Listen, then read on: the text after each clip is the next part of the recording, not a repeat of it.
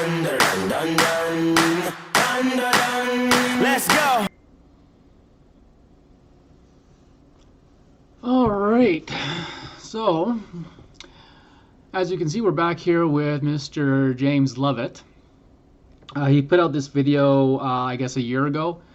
I know it says January 1st on his recording device, but the video was posted to his YouTube channel a year ago anyway. So this is him talking about how to authenticate a birth certificate. And I apologize for the flickering screen behind him, but James, you really need to learn how to do some video editing here, because that is really annoying and I got a headache. So I'm gonna get a headache again for you guys. So here he is talking about authenticating a birth certificate, which is a real thing. It sounded kind of weird to me, but there it is, same website that he's talking about on his in the video. So yeah, it is real. You can do it. And I'm in Canada, so in Canada it's just a matter of going down to your local notary public and having it notarized. But in the United States, this particular process apparently is real. So it's not necessarily what he's talking about that I want to discuss or point out. It's the words that he uses and what he is implying when he's using them. So let's start with watching the video here. Bad Wolf.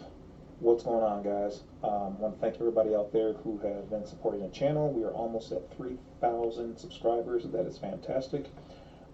He's at about 10,000 now. Just to catch you guys up, it's been about 30 days and I haven't posted any videos, only because normal stuff, I've been working.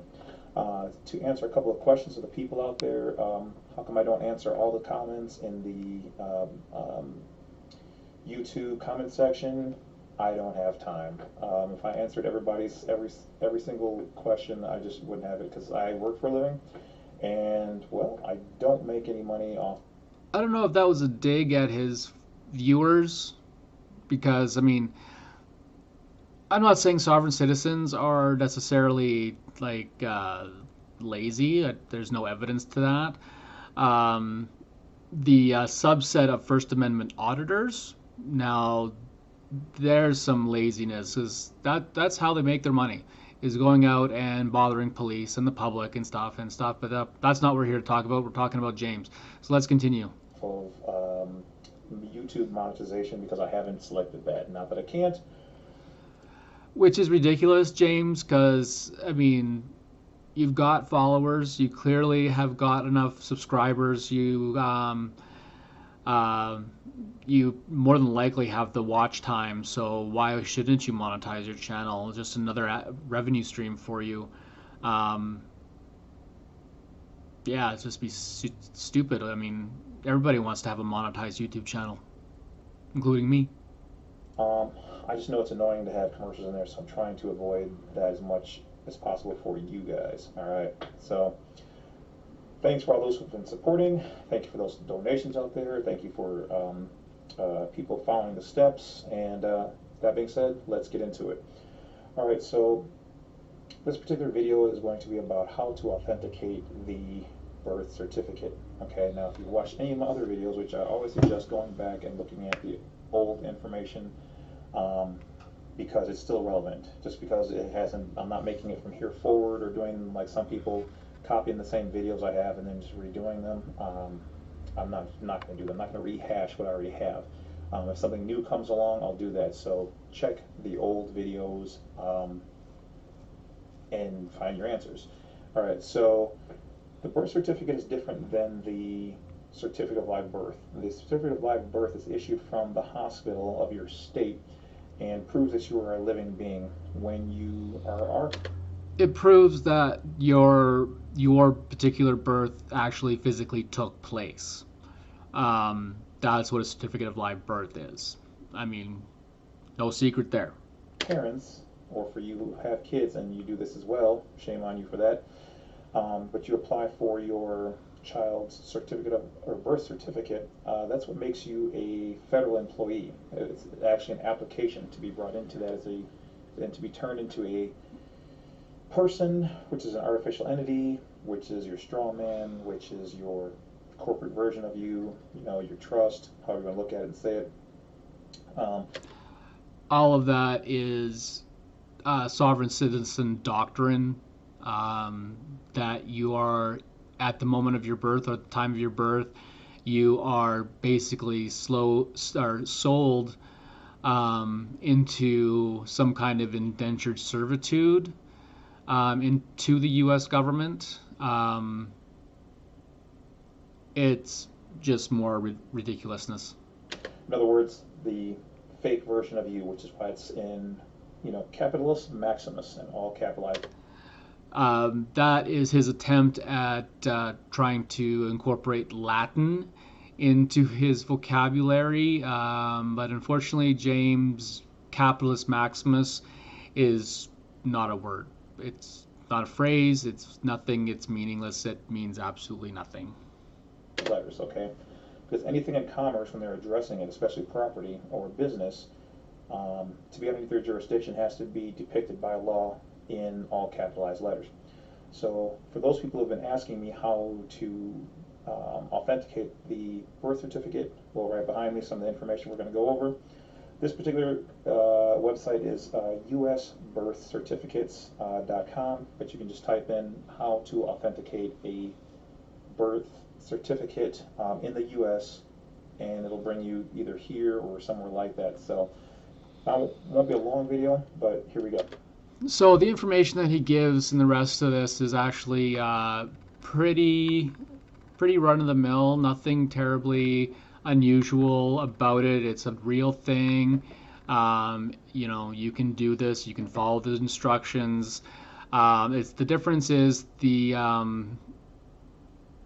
some countries out there require that or say that a passport is not sufficient to prove your identity. So you need to provide a birth certificate or certificate of live birth and have it notarized or authenticated. And that is perfectly fine. There's a difference between non-Hague and Hague Convention countries. Those countries that have signed on to the Hague Convention have agreed that I believe that their travel documents will conform, whereas non-Hague Convention countries, they said we're not doing that. So yes, it is a real thing. By all means, go right ahead and do it. But I also want to talk about what he was talking when he was, I've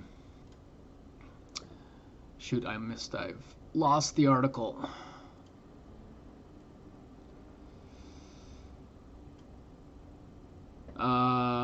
Right, here it is.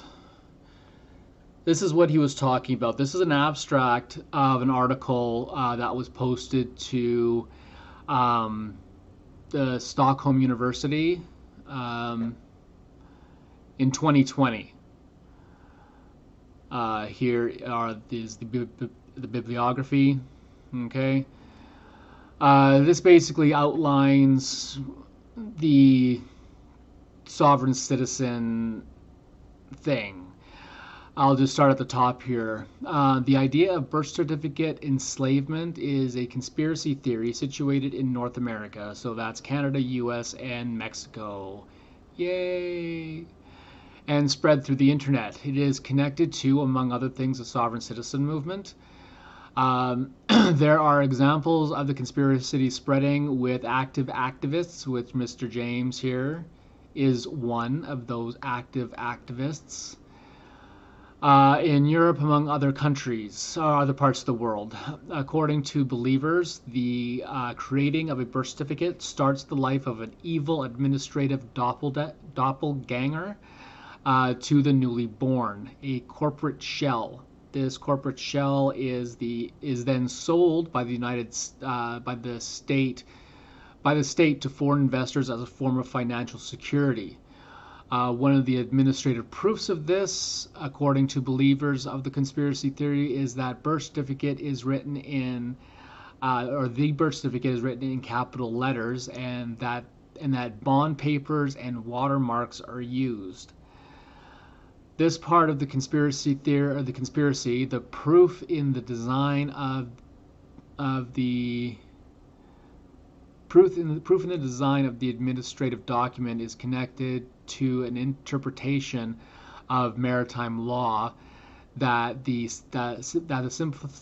sympathizers believe are valid regarding birth certificates. To analyze this conspiracy, 3 research questions have been used, and the rest of the article, the rest of the abstract, just details the methodology used to investigate this. I'll post a link to this in the description, and you guys can have a look at it and see if you can find any more information. But that's all I was able to find on the birth certificate issue thing that he talks about. Another thing that he mentions, I can't seem to recall which video it's on, but apparently it stuck in my mind long enough to do a little digging.